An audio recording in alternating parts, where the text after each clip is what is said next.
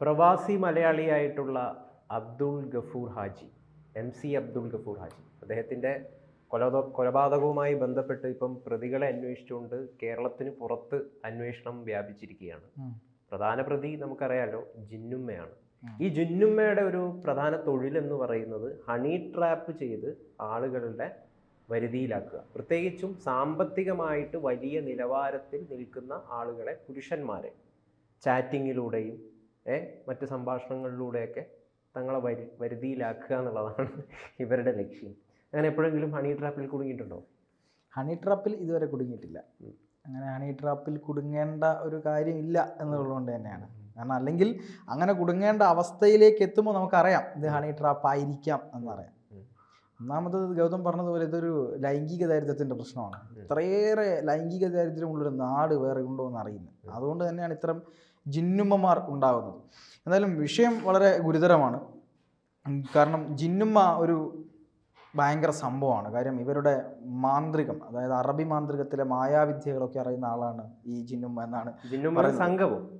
ജിന്നുമ്മ സംഘവും അറിയുന്ന ആളാണ് എന്നാണ് പറയപ്പെടുന്നത്. എന്തായാലും ഇവരുടെ മാന്ത്രിക വിദ്യ എന്ന് പറയുന്നത് ഈ സ്വർണ്ണാഭരണങ്ങൾ ഒരാളെ കൊണ്ട് വാങ്ങിപ്പിക്കുക, ആ സ്വർണ്ണാഭരണങ്ങൾ വാങ്ങിപ്പിച്ച് അത് ഇരട്ടിയാക്കാം. അതായത് മന്ത്രവാദത്തിലൂടെ, ദുർമന്ത്രവാദത്തിലൂടെ, അതങ്ങനെ തന്നെയാണ് പറയുന്നത്, മന്ത്രവാദത്തിലൂടെ അത് ഇരട്ടിയാക്കാം എന്ന് വിശ്വസിപ്പിക്കുക. അങ്ങനെ വിശ്വസിപ്പിച്ച ശേഷം വീട്ടിൽ നിന്ന് വീട്ടുകാരെയൊക്കെ, അതായത് ഇപ്പം ഞാനാണെങ്കിൽ എൻ്റെ വീട്ടുകാരോടൊക്കെ വീട്ടിൽ നിന്ന് പോകാൻ വേണ്ടിയിട്ട് പറയും. അത് നേരിട്ടല്ല പറയുക, എന്നെ കൊണ്ട് തന്നെ ചെയ്യിപ്പിക്കും. അങ്ങനെയാണ് ഈ വ്യവസായിയെ കൊണ്ടും ചെയ്യിപ്പിച്ചത്. അദ്ദേഹത്തിൻ്റെ വീട്ടുകാരെയൊക്കെ അദ്ദേഹം എന്തോ കാര്യത്തിൽ പറഞ്ഞു വിട്ടു, എനിക്കെന്തോ കാര്യം ചെയ്യാനുണ്ടെന്നൊക്കെ പറഞ്ഞു വിട്ടു. പിറ്റേ ദിവസം ഇവർ വന്ന് നിൽക്കുമ്പോഴാണ് ഇദ്ദേഹം മരിച്ചു കിടക്കുന്നതായിട്ട് കണ്ടത്. അങ്ങനെ ഇവർക്കൊരു സംശയം തോന്നുകയാണ്. കാരണം ഇദ്ദേഹം അന്ന് വൈകുന്നേരം കുറച്ചധികം സ്വർണം വാങ്ങിയിട്ടുണ്ടായിരുന്നു. അങ്ങനെ സ്വർണം വാങ്ങിയതും ഇവരുടെ സഹോദരിമാരുൾപ്പെടെയുള്ളവരുടെ ഏകദേശം 12ഓളം പേരുടെ സ്വർണം അദ്ദേഹത്തിൻ്റെ കയ്യിലുണ്ടായിരുന്നു. ഈ സ്വർണങ്ങളൊന്നും തന്നെ കാണുന്നില്ല. അങ്ങനെ സ്വർണം കാണാതായ സമയത്താണ് ഇദ്ദേഹത്തിൻ്റെ മകനൊരു സംശയം തോന്നുന്നത്. മുസമ്മിൽ എന്ന് പറയുന്ന അദ്ദേഹത്തിൻ്റെ മകനൊരു സംശയം വരികയും അദ്ദേഹം പോലീസിൽ പരാതിപ്പെടുകയും ചെയ്തു. അങ്ങനെ ആ പോസ്റ്റ്മോർട്ടത്തിലാണ് തല ചുമരിലിടിച്ചാണ് മരണപ്പെട്ടത് എന്നുള്ളത് വ്യക്തമാകുന്നത്. അങ്ങനെ അതന്വേഷിച്ച് പോയതിന് ശേഷമാണ്, ഈ ഫോൺ രേഖകളും മറ്റു കാര്യങ്ങളൊക്കെ പരിശോധിച്ച് പോയതിന് ശേഷമാണ് ഈ ജിന്നുമ്മയിലേക്ക് കാര്യങ്ങൾ എത്തുന്നത്. അതായത് ജിന്നുമ്മ എന്ന് പറയുന്ന KH ഷമീന, ഇവരെ കണ്ടാൽ വളരെ സുന്ദരിയാണ്. മാത്രമല്ല ആരും വീണുപോകും. അത്തരത്തിലൊരു സൗന്ദര്യത്തിന്റെ ഉടമയാണ്.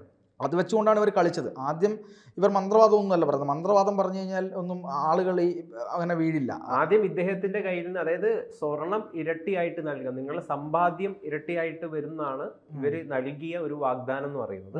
അതുകൊണ്ടാണ് 30 കിലോളം സ്വർണ്ണമാണ് നൽകിയത്. പക്ഷെ ഇത് ഏറെ സമയം കഴിഞ്ഞിട്ടും ഈ വാഗ്ദാനങ്ങളൊന്നും പാലിക്കാതായപ്പോൾ ഇദ്ദേഹം അബ്ദുൾ ഗഫൂർ സ്വർണം തിരിച്ചതാ എന്തായി എന്ന് ചോദിച്ചു തുടങ്ങി. അപ്പോഴാണ് ഈ കാര്യങ്ങൾ മുഴുവൻ വെളിച്ചത്തിലായതും ഇയാൾ പോലീസിൽ പരാതി നൽകുന്നതും. ഇതിനെ തുടർന്നുള്ള വൈരാഗ്യത്തിലാണ് ഇദ്ദേഹത്തിന്റെ കൊലപാതകത്തിലേക്ക് നയിച്ചത് എന്നാണ് മനസ്സിലാക്കുന്നത്. ഇതിൽ ഏറ്റവും പ്രധാനപ്പെട്ട ഒരു കാര്യം എന്ന് പറയുന്നത്, കുറ്റം ചെയ്യാൻ, ഇത്രയും വലിയ കുറ്റങ്ങൾ ചെയ്യാൻ വേണ്ടിയിട്ട് സ്ത്രീകളടക്കം രംഗത്ത് വരുന്നു എന്നുള്ളതാണ്. നേരത്തെ ഈ വാർത്തകളൊക്കെ നമ്മൾ പുരുഷന്മാർ ചെയ്യുന്നു, ആണുങ്ങളാണ് ഇത്തരം കുറ്റകൃത്യത്തിലൊക്കെ ഏർപ്പെടുക എന്നുള്ളതാണ് നമുക്ക് മനസ്സിലാക്കാൻ വേണ്ടി സാധിക്കുന്നത്. പക്ഷെ ഇപ്പം അങ്ങനെയല്ല, സ്ത്രീകളും വലിയ വലിയ കുറ്റങ്ങൾ ചെയ്തു തുടങ്ങുന്നു. അല്ല, സ്ത്രീകൾ കുറ്റം ചെയ്യുന്നു എന്ന് പറയുന്നതിലപ്പുറത്തേക്ക് എന്താണ്, ഈ ജീവിക്കാൻ വേണ്ടി, അല്ലെങ്കിൽ അങ്ങനെയാണല്ലോ പറയുന്നത്, സാമ്പത്തിക പ്രതിസന്ധി എല്ലാവരെയും ബാധിച്ചിരിക്കുന്നു എന്നുള്ളതാണ്. എന്ത് ചെയ്തിട്ടായാലും പണം ഉണ്ടാക്കുക എന്നുള്ളതാണ് ഇവരെ കൊണ്ട്. ഇത്രയും മാറിയ ഒരു സാഹചര്യത്തിൽ, ഇത്രയും അന്വേഷണമൊക്കെ അല്ലെങ്കിൽ പോലീസിൻ്റെ സാങ്കേതിക വിദ്യകളൊക്കെ വികസിച്ച ഈ സമയത്ത് ഒരു കൊലപാതകം ചെയ്താൽ, അത് ഇപ്പം 100 കൊലപാതകം ചെയ്തിട്ടുണ്ടെങ്കിൽ 90 കൊലപാതകവും പിടിക്കുന്നുണ്ട്. സ്വാഭാവികമാണത്. അത് പറഞ്ഞാൽ അത് അങ്ങനെ പോലും മനസ്സിലാകാത്ത ആളുകളാണ് ഈ വിവരക്കേടുകൾ ചെയ്യുന്നത് എന്നുള്ളതാണ്. ഈ പറയുന്ന ജിന്നുമ്മ ഷമീന എന്താണ് ചെയ്തത്? ഇവർ ഈ പറയുന്ന വ്യവസായിയെ കൊലപ്പെടുത്തി തലയിടിച്ച് ഇദ്ദേഹത്തോട് പറഞ്ഞത് ഒറ്റയ്ക്ക് ഒരു പ്രത്യേക വസ്ത്രം ധരിച്ച് കർമ്മം ഒറ്റയ്ക്ക് ചെയ്യണം, വീട്ടിലാരും ഉണ്ടാകാൻ പാടില്ല എന്ന് പറഞ്ഞു. അങ്ങനെ അവരെ അയക്കുന്നു. ആ കർമ്മം ചെയ്യുന്നതിനിടയിലാണ് ഇവരും സഹായികളും കൂടി ചേർന്ന് ഇദ്ദേഹത്തിൻ്റെ തല ക്രൂരമായി ചുമരിലിടിച്ച് കൊലപ്പെടുന്നത്. എന്നിട്ട് സ്വർണ്ണമായിട്ട് കടന്നു കളയായിരുന്നു. ഈ പറയുന്ന ഷമീനയുടെ പുറകിലേക്ക് പോലീസ് അന്വേഷിക്കുമ്പോഴാണ് ഇവർ 3 കേസുകളിൽ കൂടി പ്രതിയാണ്. അതെ, ഇവര് ഹണി ട്രാപ്പിൽ നിരന്തരമായിട്ട് ഇങ്ങനെ പല ആളുകളെയും ഹണി ട്രാപ്പിൽ കുടുക്കി പല കാര്യങ്ങളും സാധിക്കുന്നത്, പ്രത്യേകിച്ചും സാമ്പത്തികമായിട്ടുള്ള കാര്യങ്ങൾ സാധിക്കുന്നതിൽ വളരെയധികം പ്രഗത്ഭയും മിടുക്കിയുമാണ് സൗന്ദര്യവതിയായിട്ടുള്ള ഈ ജിന്നുമ എന്ന് പറയുന്നത്. ഇപ്പം എനിക്ക് ഓർമ്മ വരുന്നത് മറ്റേ ഗ്രീഷ്മയൊക്കെ വെച്ച് പോലീസുകാരി പറയുന്നതാണ്. അവൾ വളരെ പഠിക്കുന്ന കുട്ടിയാണ്, അവൾ നന്നായിട്ട് നല്ല കുട്ടിയാണ് എന്നൊക്കെ പറയുന്നില്ല, അതുപോലെയാണ് ഈ ചില കാര്യങ്ങളിലൊക്കെ മിടുക്കുള്ളത് തന്നെയാണ് ചിലതിൻ്റെയൊക്കെ എന്താണ് വളരെ ഫലപ്രദമായ ആളുകളുടെ കണ്ണിൽ പൊടിയിട്ട് നിൽക്കാൻ പറ്റും എന്നുള്ളതാണ്. അപ്പോൾ അതുകൊണ്ട് ഇവർ ഈ ഹണി ട്രാപ്പിൽ ഒരു സെക്സ് ചാറ്റ് ചെയ്തുകൊണ്ടാണ് ഇത് തുടങ്ങുന്നത്. അങ്ങനെ സെക്സ് ചാറ്റ് ചെയ്ത് ആളുകളെ വീഴ്ത്തി ആളുകളോട് എന്താണ് പിന്നെ ആളുകളെ മോഹിപ്പിച്ച് വീട്ടിലെത്തിച്ച് അവിടെ നിന്ന് വിവസ്ത്രനാക്കി നഗ്ന ഫോട്ടോ എടുത്ത് മർദ്ദിച്ച് മറ്റൊരു വ്യവസായിയെ നിന്ന് പണം അവരാവശ്യപ്പെട്ടു. അങ്ങനെ അദ്ദേഹം കുറേ പണം കൊടുത്തു. വീണ്ടും വീണ്ടും വീണ്ടും ഭീഷണി വന്നു തുടങ്ങിയപ്പോൾ അദ്ദേഹത്തിന് രക്ഷയില്ലാതായി. പോലീസിൽ പരാതിപ്പെട്ടു. അങ്ങനെ പോലീസ് അറസ്റ്റ് ചെയ്തു. 14 ദിവസം റിമാൻഡിലായി. ആ കേസ് ഉണ്ട്. പിന്നെ 2 കേസ് വേറെയുണ്ട്. ചില ജ്വല്ലറി ഉടമകളുമായി ബന്ധപ്പെട്ടുള്ള ചില കേസുകൾ വേറെയുണ്ട്. അപ്പോൾ ഇത്തരത്തിലൊക്കെ കാര്യങ്ങൾ നടത്തുന്ന ഒരാളാണ് ഈ ജിന്നുമ്മ എന്ന് പറയുന്നത്. അപ്പം ഈ ജിന്നുമ്മയെ പിടിച്ച ഇതിൽ പ്രധാനപ്പെട്ടൊരു വിഷയം എന്താണെന്ന് വെച്ചാൽ, എങ്ങനെയാണ് ഇതിൽ ഈ പ്രവാസി വ്യവസായിയെ പോലുള്ള അത്രയും സമ്പന്നനായിട്ടുള്ള ബുദ്ധിമാനായിട്ടുള്ള ഒരാൾക്ക് മാത്രമേ വ്യവസായി ആവാൻ വേണ്ടി സാധിക്കുള്ളൂ. അങ്ങനെ ഒരാൾ ഇത്തരം ചെറിയ ചെറിയ കാര്യങ്ങളിൽ അകപ്പെട്ടു പോകുന്നു, അല്ലെങ്കിൽ ഇവരുടെയൊക്കെ മുമ്പിൽ വഞ്ചിക്കപ്പെട്ടു പോകുന്നു എന്ന് പറയുന്നത് വല്ലാത്തൊരു അവസ്ഥയാണ്. അതും മന്ത്രവാദത്തിന്. നമുക്കറിയാം, ആധുനിക ശാസ്ത്രവും ആധുനിക സയൻസൊക്കെ അത്രമാത്രം വലിയ രീതിയിൽ വർദ്ധിച്ചിരിക്കുന്ന ഒരു കാലത്ത് ഈ മന്ത്രവാദത്തിനെയും ഈ കൂടോത്രത്തെയൊക്കെ വലിയ രീതിയിൽ വിശ്വസിക്കുന്ന ഒരു സമൂഹം ഉണ്ടെന്ന് പറയുന്നത് എന്തുമാത്രം അതിന്. ഞാനൊരു കാര്യം ചോദിക്കട്ടെ, മദ്യപ്പുഴയും ഹൂറികളുമുണ്ട് എന്ന് വിശ്വസിച്ച് സ്വന്തം ശരീരം പൊട്ടിച്ചിതറാൻ ഒരു പ്രശ്നവുമില്ലാത്ത ആളുകളുള്ള നാടാണിത്.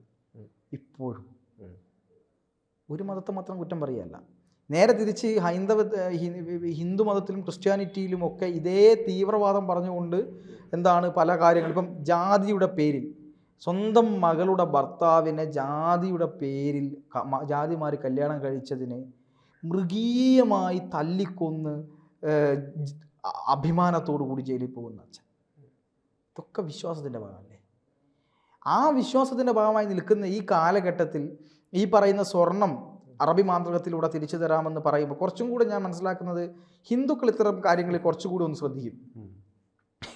കാര്യം അറിയാം, ഈ ഇപ്പോൾ പറയുന്ന ജോത്സ്യൻ്റെ അടുത്ത് പോയി ജോത്സ്യൻ എന്നൊക്കെ ഒരു കാര്യം പറഞ്ഞ് ഇത് സംഭവം നടക്കില്ലെന്ന് പറഞ്ഞിട്ടുണ്ടെങ്കിൽ ജോത്സ്യനെ 2 പൊട്ടിച്ച് വരുന്ന ആളുകളാണ് പലപ്പോഴും ഈ എന്താണ് ഹിന്ദു എന്ന് പറയുന്നത്. കാരണം അവർക്ക് അത്ര ഒരു തരത്തിലുള്ള ഹാർഡ് കോർ വിശ്വാസമൊന്നുമല്ല, അവരുടെ കാര്യം നടക്കാനുള്ള വിശ്വാസം എന്ന് മാത്രമായിട്ട് നിൽക്കുന്ന ആളുകളാണ്. പക്ഷേ കുറച്ചും കൂടി ഹാർഡ് കോർ വിശ്വാസമുള്ള സെമറ്റിക് മതങ്ങളിൽപ്പെട്ട ആളുകളെയാണ് ഇവർ പറ്റിക്കുന്നത് കൂടുതലായിട്ട്. കാരണം അവർക്ക് ആ വിശ്വാസത്തിൻ്റെ ദൃഢത കൂടുതലാണ്. അതുകൊണ്ട് അവർക്ക് ഗുണവുമുണ്ട് ദോഷവുമുണ്ട്. ആ വിശ്വാസത്തിൻ്റെ ദൃഢത കൊണ്ട് തന്നെ അവർ ഉയരങ്ങളിലേക്ക് എത്തുകയും ചെയ്യുന്നുണ്ട്. നേരെ തിരിച്ച് ഇത്തരം അറബി മാന്ത്രികങ്ങളിലൊക്കെ പെട്ടുപോകുന്നുമുണ്ട്. അങ്ങനെ അറബി മാന്ത്രികം എന്ന് ഞാൻ ഉദ്ദേശിച്ച് ഇദ്ദേഹത്തിൻ്റെ കാര്യത്തിലാണ്. പിന്നെ രണ്ടാമത്തതാണ് സെക്സ് ചാറ്റ്. ഒരു വ്യവസായിയെ കാണുന്നു, ആ വ്യവസായിക്ക് ഒരു മെസ്സേജ് അയക്കുന്നു. ഇത്രയും സുന്ദരിയായ ഒരു സ്ത്രീ മെസ്സേജ് അയക്കുമ്പോൾ ഒന്ന് നോക്കി പോവുകയല്ലേ ഏത് വ്യവസായിയാണെങ്കിലും. വ്യവസായികൾക്ക് അവരുടെ താല്പര്യങ്ങളെ ഉണ്ടാവുള്ളൂ. സ്ത്രീയുടെ മുമ്പിൽ എല്ലാ മറ്റു കാര്യങ്ങളും ഇല്ലാതായി പോകുന്നു. സ്ത്രീയുടെ മുമ്പിൽ എല്ലാം മറ്റു കാര്യങ്ങളും ഇല്ലാതായി പോകുന്നു. അങ്ങനെ ഇല്ലാതായി പോയതിന് ശേഷം അവിടെ എത്തുമ്പോൾ ഇങ്ങനെ അപമാനിക്കപ്പെടുന്നു, കുടുങ്ങുന്നു. അപ്പോൾ ഇത്തരം ആളുകൾ കൂടിക്കൂടി വരികയാണ് നമ്മുടെ നാട്ടിൽ. ഒക്കെയും പോട്ടെ, നമ്മുടെ ഇപ്പോൾ ഒരു സൈബർ അറസ്റ്റുണ്ട്, വെർച്വൽ അറസ്റ്റ്.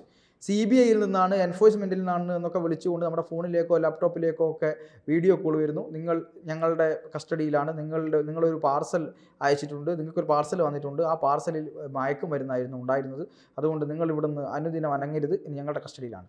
ഈ മണ്ടന്മാർ ഇത് കേട്ടിട്ട് ശരി ഞാൻ വെർച്വൽ അറസ്റ്റിലാണ്, ഞാൻ ഇവിടെ മൂത്രമൊഴിക്കാൻ പോലും അനങ്ങാതെ രീതിയിൽ അവിടെ നിൽക്കുകയാണ്, എന്നിട്ട് പറയാണ് ഓക്കെ നിങ്ങൾ ഇത്തരം ഇതിലാണ്, ഇപ്പോൾ നടപടികളിൽ നിന്ന് ഒഴിവാണെങ്കിൽ നിങ്ങൾക്ക് ഫൈൻ അടയ്ക്കാം എന്ന് പറയുമ്പോൾ എൻ്റെ കയ്യിൽ പണമില്ല, ഞാൻ ബാങ്കിൽ പോയി പൈസ എടുത്ത് കൊണ്ടുവരാമെന്ന് പറഞ്ഞ് ബാങ്കിലേക്ക് പോവുകയാണ്.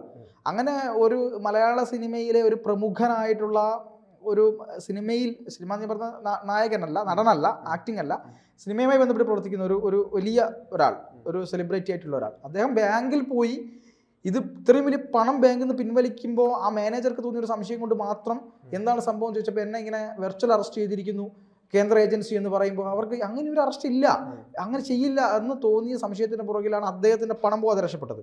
പലരുടെയും പണം പോയിട്ടുണ്ട്. അപ്പോൾ ഈ രീതിയിൽ ഹൈടെക് ആയ രീതിയിൽ പോലും നമ്മളെ വിശ്വസിപ്പിക്കുന്ന രീതിയിലേക്കുള്ള കാര്യങ്ങൾ നടന്നുകൊണ്ടിരിക്കുന്ന ഒരു ലോകമാണിത്. അപ്പം ഇത്തരം മന്ത്രവാദങ്ങളെ പറഞ്ഞുകൊണ്ട് ഇത്തരം സെക്സ് ചാറ്റുകൾ ചെയ്തുകൊണ്ട് ആളുകളുടെ അടുത്ത് നിന്ന് എങ്ങനെയെങ്കിലുമൊക്കെ പണം തട്ടുക എന്നുള്ളതാണ് ഇതിൻ്റെ ഒരു സംഭവമായിട്ട് വരുന്നത്. ഒപ്പം ഒരു കാര്യം കൂടെ പറയാനുണ്ട്. കാര്യം ഈ ജോൺസൺ എന്ന് പറയുന്ന പോലീസ് ഉദ്യോഗസ്ഥനാണ് ഇത് അന്വേഷിച്ചത്. അദ്ദേഹം ഈ ക്രിമിനൽ കേസ് അന്വേഷിക്കുന്നതിൽ നല്ല വിദഗ്ധനായ ഒരു അന്വേഷണ ഉദ്യോഗസ്ഥനാണ്. അതുപോലെ തന്നെ ഒരു വനിതാ ഉദ്യോഗസ്ഥ കൂടെ ഉണ്ട്. ആ ഉദ്യോഗസ്ഥയുടെ പേരെനിക്ക് ഓർമ്മയില്ല. ആ ഉദ്യോഗസ്ഥയും ഇദ്ദേഹവും ചേർന്ന ടീമാണ് ജിന്നുമ്മയെ വളരെ വിദഗ്ധമായി പൊക്കിയത്. ജിന്നുമ്മയ്ക്ക് ഹണി ട്രാപ്പ് അടക്കം ഇത് മാത്രമല്ല നിരവധി കേസുകളിൽ ബന്ധമുണ്ടെന്ന് ഇപ്പൊ തന്നെ പോലീസ് കണ്ടെത്തിയിട്ടുണ്ട്.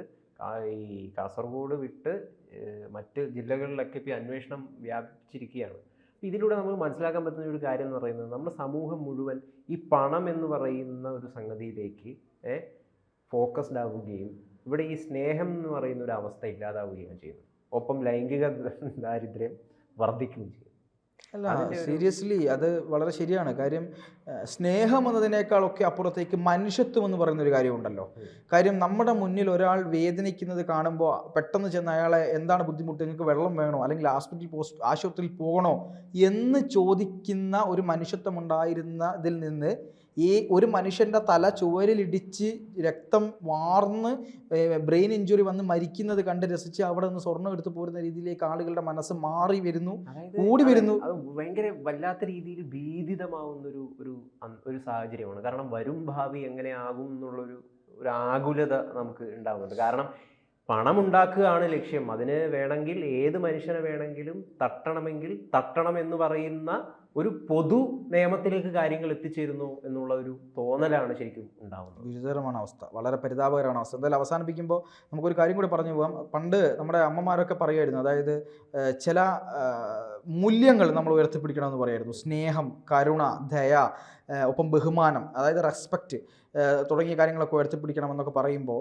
അതിനെ ഈ പറയുന്ന പുരോഗമനത്തിനൊന്നും ഞാനെതിരല്ല. പുരോഗമനം വേണം, പുരോഗമനത്തിൻ്റെ മാറണമെന്ന് തന്നെ പറയുന്ന ആളാണ്. പക്ഷേ അതിൽ കൂടിയൊക്കെ ഇപ്പം മൈത്രേനൊക്കെ പറയുന്നൊരു കാര്യമുണ്ട്. ഈ കരുണ, എന്താണ് കരുണ? കരുണയൊന്നും സാധനമൊന്നുമില്ല. ഈ ദയ, അതൊന്നുമില്ല. ഈ പറയുന്ന ഒരു സംഭവം, അങ്ങനത്തെ ഒരു സംഭവം ഇല്ല എന്ന് പറയുന്ന ഞാൻ മാത്രമാണ് വലുത്, എനിക്ക് മാത്രമാണ് എന്തെങ്കിലുമൊക്കെ വേണ്ടത്, അതിനാരെ എന്തും ചെയ്യാമെന്ന് പറയുന്ന രീതിയിലേക്ക് പുതിയ കാലഘട്ടത്തിലെ ആളുകളെല്ലാം മാറിപ്പോയിരിക്കുന്നു. അവർക്ക് മറ്റുള്ളവരുടെ ഒരു കാര്യം അന്വേഷിക്കേണ്ടാത്ത സ്ഥിതിയിലേക്ക് കാര്യങ്ങൾ എത്തിയിരിക്കുന്നു എന്നുള്ളത് തന്നെ എല്ലാം സെൽഫ് സെൻറ്റേർഡ് ആവുന്നു എന്നുള്ളതാണ് വളരെ ദുഃഖകരമായ അവസ്ഥയാണ്. എന്തായാലും ഇത് ബോധവൽക്കരിക്കാതെ നമ്മുടെ സമൂഹം എങ്ങനെ ഈ ഒരു അവസ്ഥയിലേക്ക് എത്തിച്ചേർന്നു എന്നുള്ളത് ഒരു പ്രധാനപ്പെട്ട ഒരു ചോദ്യമാണ്. അത് നമുക്ക് മറ്റൊരു ചർച്ചയിൽ പറയാം എന്തായാലും. പക്ഷെ അവരവരുടെ മക്കളെങ്കിലും അവരുടെ രക്ഷിതാക്കൾ ബോധവൽക്കരിച്ചാൽ ഒരു തലമുറ ഒരു പക്ഷേ രക്ഷപ്പെട്ടേക്കാം. അല്ലെങ്കിൽ ഇത് തന്നെയായിരിക്കും സ്ഥിതി. നാളെ ആർക്കും അത് സംഭവിക്കാം.